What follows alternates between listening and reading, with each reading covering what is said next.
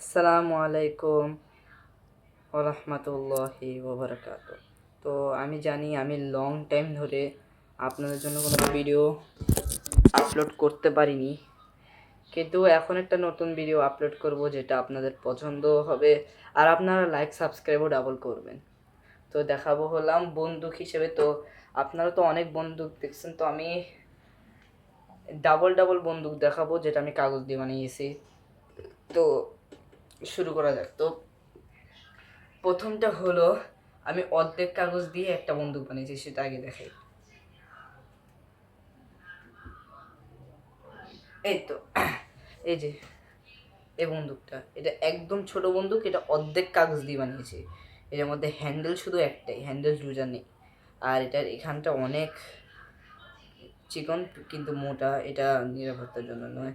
তো এটা হাফ কাগজের একটা বন্দুক, তো এটা সুন্দর লাগছে না, মানে আপনারা কি চান একটু বড় বড় হোক। তো পরেরটা হইলো আমি দেখাবো একটা কাগজ দিয়ে বানানো বন্দুক। তো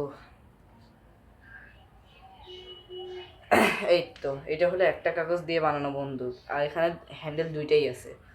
পার্থক্য অনেক বেশি, কারণ এটা হইলো চিকন আর লম্বা, আর এটা হইলো মোটা আর ছোট। আর এটার মধ্যে হ্যান্ডেল একটা, এটার মধ্যে হ্যান্ডেল দুইটা,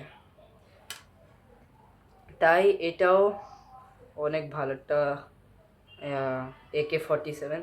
তো আরেকটা AK-47 দেখাই, সেটা মানে আমি দুইটা কাগজ দিয়ে বানিয়েছি। এই তো এটা আমি বানিয়েছি দুইটা কাগজ দিয়ে, যেটা অনেক বড় AK-47। তো আরও বড় একটা আছে, সেটা হলো আমি চারটা কাগজ দিয়ে বানিয়েছি।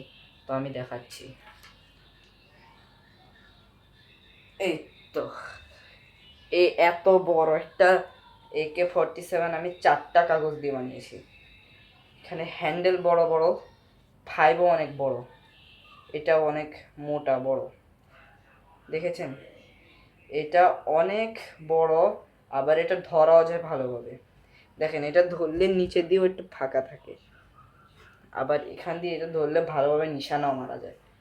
তো আমার কথা হলো, আমি যে এত কষ্ট করে ভিডিও বানাই, আজকে সে প্রতিদান তো দিতেই হবে। কারণ আমি হইলাম কি, বন্দুকগুলোর এক একটা সাইজ দেখালাম, কিন্তু আপনারা যদি লাইক সাবস্ক্রাইব একটু ডাবল করেন, তাহলে আমি পরের বার আপনাদেরকে বলতেছি আমি আটটা কাগজ দিয়ে বানাবো।